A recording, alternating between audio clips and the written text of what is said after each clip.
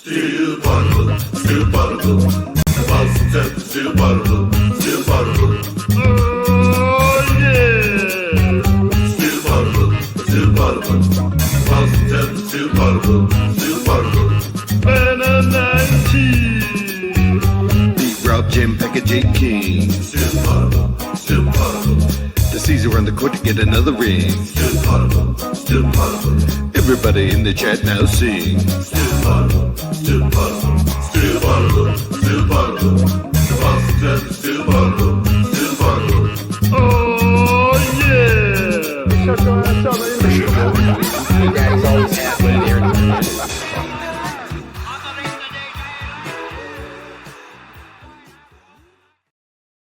Welcome back to Still Poddable, the best Celtics podcast out there on Al Gore's fine World Wide Web. I am Sam Jam Packer, joined by producer extraordinaire Sean Gauthier. And we figure, this is a fun Poddable post-game show. It's been behind the paywall for a while. Why not give it to the folks for free, just for this week? This week's Poddable postgame is on the CLNS YouTube page. That means we are brought to you by the fine folks at Prize Picks and the Game Time app. And Sean, we're coming to you after the Celtics. Tell me if this feels a bit familiar to you. The Celtics kind of, without Jason Tatum, handily beat the Detroit Pistons in a fun game at the TD Garden. Yeah, I feel like it's a little bit of deja vu here. Yeah, we did this exact same thing last week. Actually, last week's game, I think, was much closer because the Pistons made much more of a go of it. But tonight's game, the Celtics win 123 to 99. Hey, Pistons got to 99 points. But to me, the story of this game was the four whites. Derrick, Payton Pritchard, Kristaps Porzingis, and Luke Kornet. I think all four of them had fantastic games. I'm going to start with Derrick White, just because he, in his last three games, was just not hitting from three, and it kind of had, no one was really concerned, but people noticed. I noticed. It was like, what's going on with this? And he came back and just had a fantastic game, especially from deep. All seven of his shots from beyond the arc, 7 of 12 for 23 points. It's just nice to see him shooting again, and it just is so comfortable in that shot. It's just, and especially in a game when they don't have Jason Tatum, you're going to need 3-point shooting like that. And I thought he was huge, especially in that second quarter when the Celtics went on this kind of run to extend the game, and the Pistons never really recovered. He's also he's got so much confidence in his shot. Like, you don't see it in his face. Like, he's always Derrick White, like very casual, but like he'll pull up with someone so close to him and like the tiniest bit of space. He's like, yep, I'm doing it. I'm ready. This is enough space. And like, it always looks good. Yeah, and it's just such a wild change from where he was when he first came to the Celtics, when he had hair, and now he's gone bald. He has his own beer that I think they discontinued and then brought back due to serious customers' demands. And I just thought it's just nice to see him get back in the shooting. Just, players are going to have that downswing, but I thought he was fantastic tonight. Surprise, surprise. We say this after every single game. Payton Pritchard, a dog. Payton Pritchard, he also hit 7 threes from beyond the arc. Combined, just the two of those guys hit 14 threes. The Pistons only had 7. The Pistons had 2 threes in the first half. They shot way better from 3 in that game last week. And if we're just going based on the math alone, obviously the Celtics are going to win this game. But to have Payton Pritchard, it seems like the Celtics are pretty locked in. No matter what, they're going to bring Payton Pritchard off the bench. I don't know if that's just a rhythm thing. I don't know if that's a gunning for 6th man of the year type thing. They kind of refused to start Malcolm Brogdon 2 years ago just so he would win 6th man of the year, and it worked out well. So I'm here for it. But it seems like all Payton Pritchard does is come in the game and drop at least 20 points. He had some crazy moves today, just like I think Scal described that as two step backs, or like larger step backs, where he does more dribble moves, a behind the back dribble, takes 2 large step back behind the arc and knocks him down. He just continues to be fantastic. Oh, also because he got some run in with the garbage time, he poured in 10 assists as well. Can you pour in assists? I don't think you can pour in assists, but I said poured in. But he just continues to be. It's just absurd at this point. It's just I had a lot of belief in Payton Pritchard. I thought he was going to be a very good basketball player, and I never thought he would be to this consistent of a shooter. Where it's like you expect basically every single one of his threes to go in at this point, which is absurd because he's the sixth or seventh best player on the team at this point. Yeah, and maybe better. I felt bad saying that. Yeah, exactly.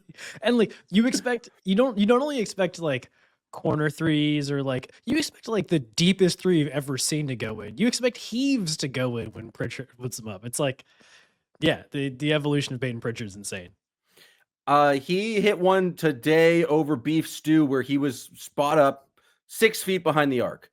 And Beef Stew is like in great defensive position for any other like shooter in the league. And it's just like, there's nothing you can really do about that.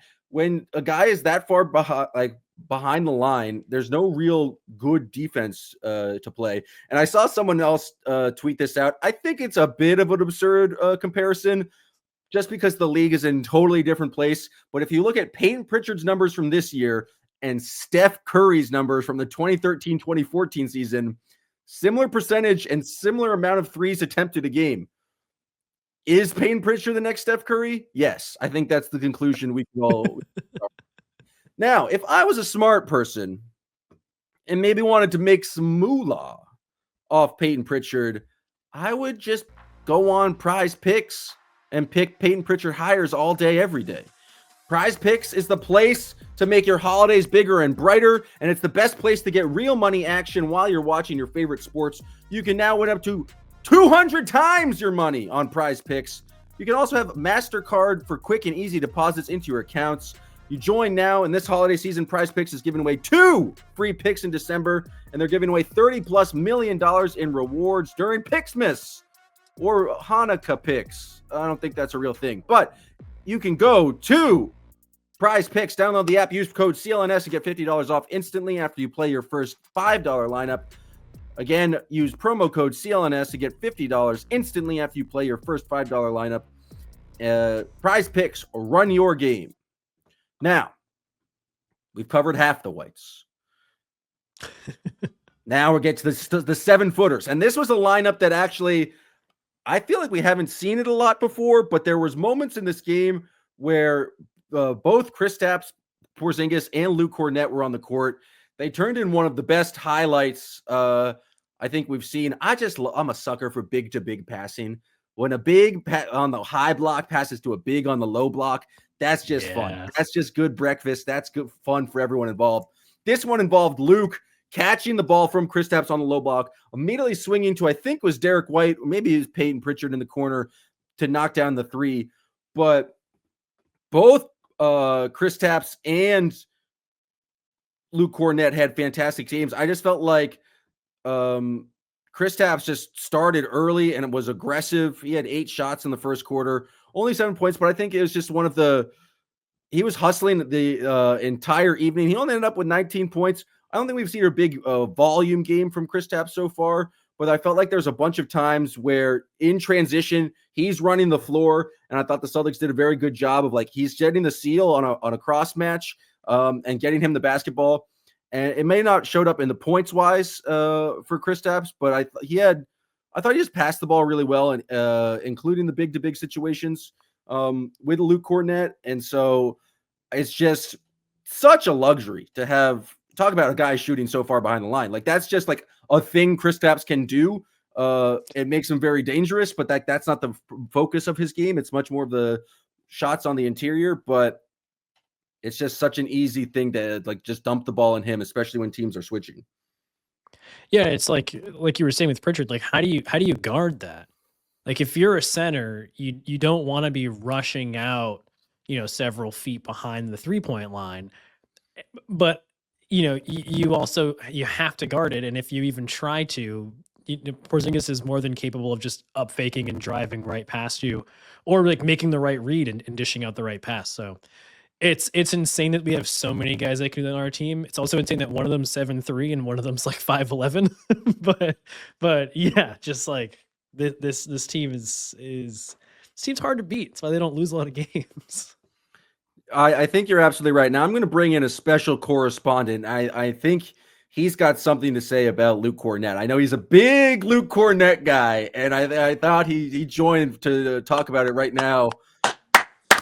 Joshua B., one of the legends on the Still Poddable podcast. How are you doing tonight, Joshua B.? I'm great. And this is the night for you to take your victory lap. You were calling for Luke Cornett. It's our victory lap, Josh. It's our victory lap. You were telling Jay King professionally that you expected double-doubles from Luke Cornett literally all the way back to last year. Now you're finally 2 years ago. 2 years ago. 2 years ago, you were calling for it. Now Luke Cornett has stolen Heat culture. He can now do these double-doubles on a regular basis. You might go so far as to call him, I don't know, let's say the next Jokic, the next I want to stop you right there because I don't think he's ever gotten a double-double yet. he's always I meant to say the next Nikola Jovic. Okay. From Heat. Yeah, that's fair. Just like that. I'm actually calling because I saw a really cool question in the chat, and I need Sean's opinion and yours, Jim. And I think I might be inclined to agree with this Celtics homer that I am. What does Payton Pritchard have to do to be an all-star in the Eastern Conference this year? I think that he has a better case than Derrick White had last year. With some of the shots that he's hitting, some of the stretch plays that he's making, and a lot of the minutes that he's playing. So I'm interested in your take. Hell, I would go so far as to say that is the kind of question that you would want to have in a Poddable six-pack that you could hear anytime you joined the Still Poddable podcast family, where they are literally doing podcasts for Gods and Legends 5 days a week, and also on the CLNS Media feed, whatever is available. So I'm interested to hear your answer to that question, and I'm interested to hear B-Rob and Jay's answer and Sean's answer, because Sean is the one who called Payton Pritchard literally just a few games ago. I think that's a big question. I don't think that's like some BS question that should just be blown off. I think everybody should have a take on that. Josh B. out. Thanks, Joshua B. I was initially going to be rather glib when I was answering that question because the idea of a Payton Pritchard all-star at first seems poppycock. But then I went back and I looked at last year's all-star team. Tyrese Halliburton was a starting guard. I don't think Tyrese Halliburton's having an all-star season. Tyrese Maxey made the all-star team. I haven't looked at the numbers, but the Sixers are bad, so I would assume Tyrese Maxey is not having a great all-star year. Trae Young, maybe. Julius Randle was an all-star. He's in a different conference right now. I assume Donovan Mitchell makes it. I assume Jalen Brunson makes it. It's going to be tough. There's if I had to bet, I would never, unless I got 200-1 odds. I'm not taking the bet on Payton Pritchard being an all-star. But I think it's a more interesting case. And that being said, I think Derrick White all-star candidacy might be a more of a thing just because of the kind of situation in the East where there's not a lot of great Eastern Conference teams right now. You also have like Paolo and Franz are both hurt. So like there's just more all-star opportunities, I would say, in the Eastern Conference. That being said, I brought Joshua B. on to talk about Luke Cornett, and he did not do that whatsoever. And he said, I wanted to take a victory lap, and then he went into something completely different. I'm taking my victory lap. Luke Cornett was fantastic tonight. He seems to have just been like a lot of skill around the rim. They brought in Paul Reed to start the end of the first quarter, and Luke Cornett just absolutely dominated on the inside. All business.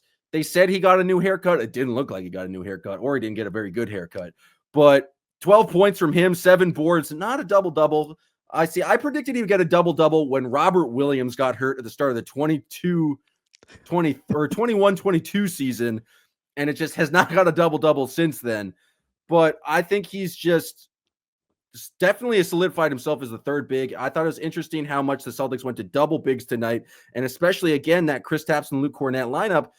I thought it was impressive because both those guys, I think, are very good passers, and it's Maybe it's extreme recency bias because of that real cool highlight I described before. But I think both of those, if you're going to play two bigs, you need, like, Kristaps can obviously stretch the floor, but Luke Kornet can play with the ball in his hands and make plays similar to Al Horford. I just think he's like a knowledgeable big man in terms of when to cut, when to pass, especially on the short roll. I think he's always kind of looking to try and find guys, swing the ball to the other side. So Luke Kornet, fantastic tonight. Yeah, I mean, when I looked up and saw that it was Kornet and Porzingis together out there, I was like, oh no, why would we do that? But you're right, like, it does make a ton of sense. It did work, and especially with Tatum out, like, you need the size because the Pistons were going to be small, and so it's like, if you've got the 7-footers, play the 7-footers, and we've got so many of them. So it's like, put them out there, and you, like, Kristaps was shooting over the top of guys. Luke was getting a bunch more dunks than I feel like we're used to seeing him get in a game, and even like Nimi, it was, I think it was garbage time at this point, but like Nimi also had like kind of a scoop shot over somebody, like playing the size advantage and getting those two bigs in. It just, it looked good. And I mean, everyone's plus minus numbers are insane tonight because, they won by so many points, but like, Kornet 16, Porzingis 23, like great numbers from the two of them on the court. Yeah, and you're talking about plus minus, single game plus minus. Got to do it in a post game podcast. Jaylen Brown played 30 minutes. He was a plus 30. Every minute he was in the game, the team was a point better. He was not the most aggressive tonight. Only took 12 shots, 50% knocked him down. I thought he was pretty good distributing the ball, especially early. As we saw in the last Pistons game, he had 6 assists tonight to go along with 9 boards. And he just didn't really need to score that much. It was just the advantage that the Celtics had. They still knocked down 23s, like I said before, 14 coming from Pritchard and Porzingis. Drew Holiday knocked down 2 himself, including one of those crazy Drew Holiday step backs. So you go, so why did you take that, Drew? And it went in. And so, we've been talking about Drew shooting all week on Still Poddable. Nice to see those go in. You know what, Sean, if you wanted to go to a live event this weekend, is there a certain app that you might pick in terms of trying to go to that live event? Say your younger brother lets you go to his first high school varsity basketball game. What app would you use to get tickets to that? There is one app that I'm thinking of. It's kind of the only one I actually ever really use when I'm looking to go to a live event. Are you talking about the Game Time app? I'm talking about the Game Time app. I thought you would, because the Game Time app makes it easier to save more on sports, concerts, comedy, and theater tickets. They got all-in pricing. You just toggle the feature and everything shows up front. No surprise fees, nothing at checkout. I'm not sure about your brother's high school game, but at most places you can get a panoramic view from your seat before you buy. Lowest price guarantee, or Game Time will credit you 110% of the difference. So take the guesswork out of buying tickets with the Game Time app. Download the app, create an account, and use promo code CLNS for $20 off your first purchase. Terms apply. Again, create an account and redeem code CLNS for $20 off. Download Game Time today. What time is it? Game time. Before we get to the junk, how'd your brother do in his game? I don't know. He doesn't text me back. He's one of those kids. I don't know what it is. I don't know. Maybe it's just my siblings. Maybe it's just, kids today. I've got 3 younger brothers. Their phones are always dead. Their phones are dead 100% of the time. And I'm just like, I don't leave my house without a charger. I also charge my phone overnight. I'm like, what? I don't understand how their phones are constantly dead. But yeah, I have no idea how he did in his game. You want to hear my old man take? My old man take? They're more, the darn youth are more on their phones than anyone else. So they're constantly draining the battery. Plus, when I was a youth, I would forget everything. I would just leave my jacket at school. I would leave school without a jacket on in the middle of winter, and then I'd lose that jacket. And so you expect these youth to be able to keep track of a charger? And then I'm sure chargers are like currency in a high school. I'm sure you can't leave a charger in a plug and forget that for more than 30 minutes without someone swiping it. And so I think it's an increased use situation and a lack of suitable chargers. Do you know those, like, have you been to something that was like I've been to a couple of comedy shows that were like a taping, or, they were like prepping for a taping. And so they lock your phone in that little bag thing. Oh yeah. My brother's high school does that. Like when they come in the building, they've got to lock their phones in those little bags. You should turn And off your phone before you put your thing in that. You Save some should battery. turn your phone off first. Yeah. What I do know is that as an early Christmas gift and as a, congrats to making the varsity team, my dad and I split a couple of pairs of Jason Tatum sneakers for him. So I know he looked good out there wearing probably like the bright green Tatum 2s. So shout out to Caleb. Hope the game went well. Is he coming off the bench, or is he expecting to get some run in this game? I think he's expected to get some run. He was not stoked about being assigned to play power forward. There's no positions anymore. That's what I tried telling him. I was like, because he's an outside scorer for sure, and he was bummed. And I was like, listen, your coach probably just wants to space out like the Celtics. I was like, you want a 4 that can shoot threes? Put in a smaller 4. And if you want more playing time, you got to get those rebounds. You got to play defense. You got to be big, Caleb. Come on. So that's what I told him. All right. Sounds good. That's right, folks. It's time for everyone's favorite segment. And by everyone, I mean at least me and Sean. Sean and I don't know. I'm not a professional. At one point, Payton Pritchard, when he first checked into the game, Scal and Drew said he was just demanding that the ref give him the basketball so he could take some practice dribbles with it, and the ref refused. And I just like the idea of both of that. I was just like, Payton Pritchard, I need the rock. Give me the rock. And then the ref just be like, no, we're trying to play a basketball game here. This is just not what, because you see the starters do it, they check out the ball before the game and they approve it. But you can't do that apparently coming off the bench. But I like that Payton Pritchard demanded it. Yeah, it's good. It's good from him. Peterson. Drew Peterson played in the game. Peterson. I gotta get the original video of that and clip it to throw it in as a sound effect for you. I'm gonna make a note to do that. We do need a Peterson button. I love basketball. Lewis Park, 2 parks by my house. They got swings. I swing real high. Peterson. No real substance after that. I continue to like his kind of game off the bench. Nice to see him again after. It's a little insulting that they don't get it. They don't you don't get to play against the real teams, but you get to play as much as you want against the Detroit Pistons. But I guess that's what it's for. And so congrats to Peterson. At one point in this game, the Celtics were going on their run in the second quarter. A lot of defense, a lot of made threes. And Derrick White threw the most nonsense alley-oop to Jordan Walsh I have seen in a while. And I don't know why this team is so bad at throwing alley-oops, but that one was it. Derrick White's normally not the guy who's throwing the awful alley-oop pass, but this was a hook shot over his head with a defender right there. There was no way that alley-oop was ever going to connect.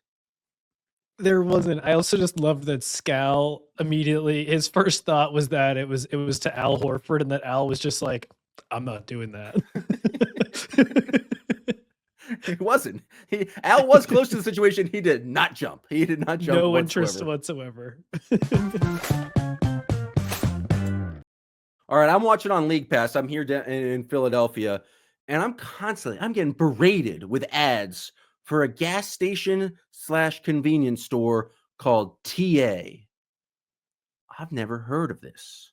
I don't know what this is. Give me some regional advertising, League Pass. And I feel like maybe I've seen it before, but it's just, I don't know. It gets me out of my comfort zone, and I don't like it, but there's really nothing I can do about it. That didn't really feel like a good observation, so I'm going to press the button again. Jaylen Brown has announced his clothing line, the 741.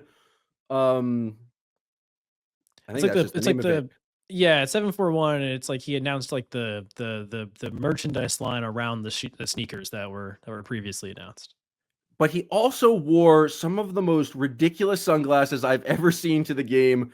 They attach your head coming over the top of the head and just are obscene. He pulled it off, but if you're I didn't see those for sale on the website, but if you're buying the 741 spectacles, you either have I want to shake your hand because you have the confidence of a person that I can't really even fathom, or you are a buffoon and I want to shake your hand as well. But either way, people should go buy just those sunglasses and none of the other merch, because he's charging $100 for a quarter zip that apparently it's just all outrageously expensive. And I don't get why anyone would spend money on it. But that's just me. I don't know. I don't have a lot of money to spend on merch.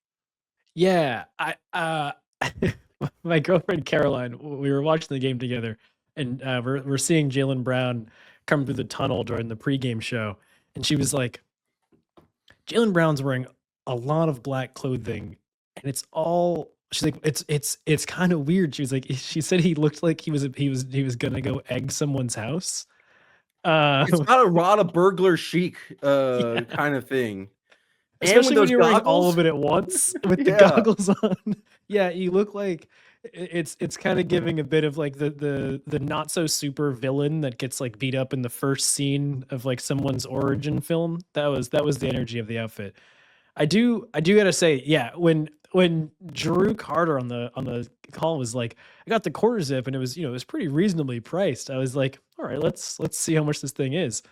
And I was like, I don't know if $100 for. I mean, I'm not making NBC Sports Boston announcer money, but that sounded like a lot to me. I do think it's cool that the sneakers cost $200 in adult sizes, but the kid sizes are only $70, and I think that's cool. I think that's a nice trade-off. That is nice. But the thing that my biggest issue with it, if you look at all the merch, it's all just all black clothing where they slap the logo on somewhere. It better be made out of some of the finest materials in all the land, because it's, in terms of creative design, it is lacking. And like Abby had to do the thing before the game where she's like, I talked to Jaylen about it. And he's like, yeah, I'm bringing the artist directly to the consumers. Like, you haven't. I don't want to disparage the man. I love JB. Downtown Jaylen Brown's fantastic. But, sir, you have not done a lot in terms of creative design in your merchandise, and I will not be spending $150 for your hoodie. I was going to say, I want the Juice hoodies back. I wanted one of those. I like literally, it was like, my mom was like, what do you want for Christmas? And I was like, only thing I can think of is a Juice hoodie. And she was like, you got it. She added it to cart. Forgot about it, went back 2 days later, and the Juice store was just down. And now all he sells on there is those crazy leather jackets. And I just want a Juice hoodie.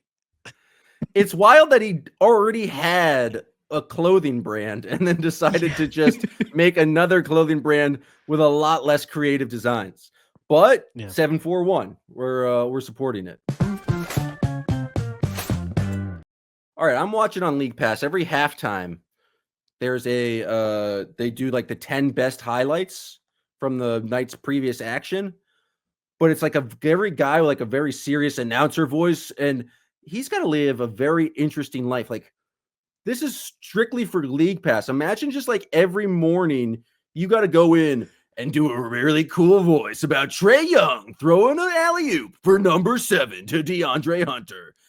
And it's just, I don't know. It took me back to my old radio producing days where it's just like, yeah. And because the timing has to be perfect because it has to directly align with the amount of highlights you're playing. And so that guy's got to spend probably like an hour writing a script for all those highlights and then record the perfect voiceover. It's just an interesting life for the NBA top 10 man. And so I just wanted to shout him out. Weird job you have there, but you bring us, I wouldn't say that much joy. Usually it's kind of annoying during halftime, but it's cool that you do it, I would say.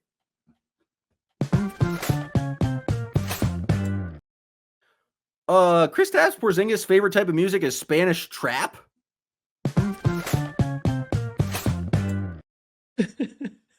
I was wondering about that because when they said it, I was like, I can't tell if this is just like a Drew and Scal joke that's going over my head. I feel like I don't get to, I almost say I don't get to.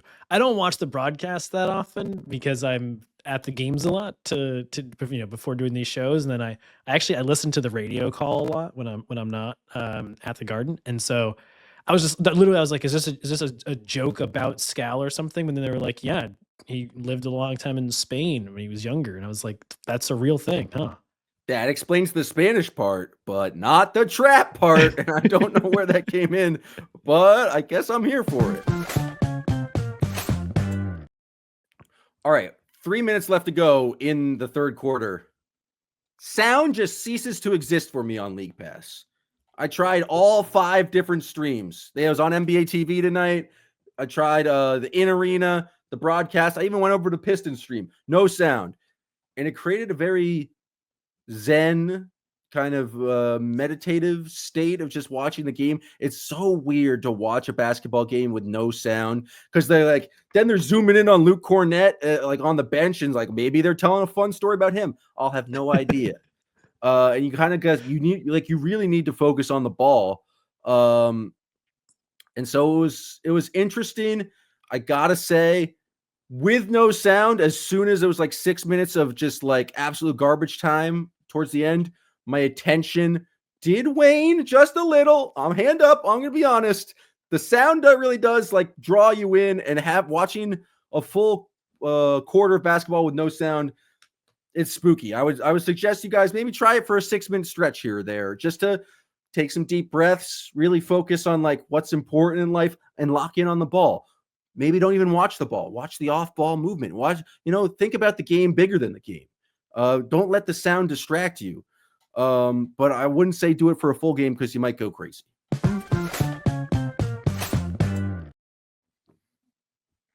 That's all I got, Sean. Do you got any junk for us before we wrap up tonight's episode?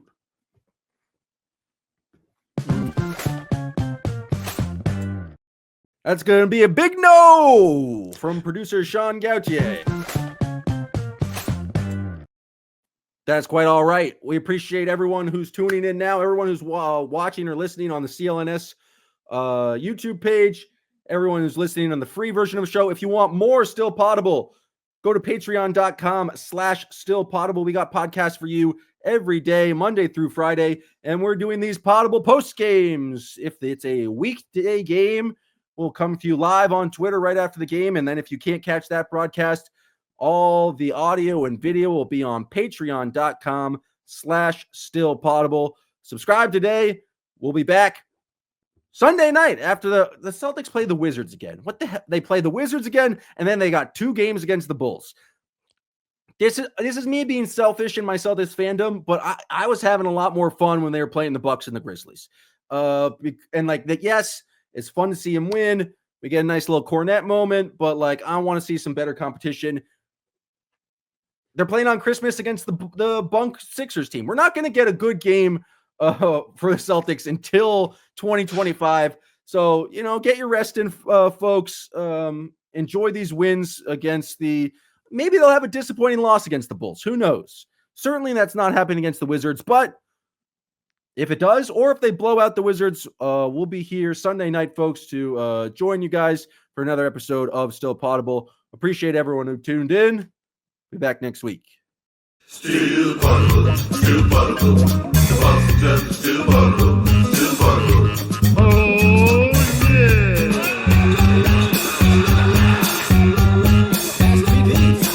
Go down from eating and drinking and all that wild stuff.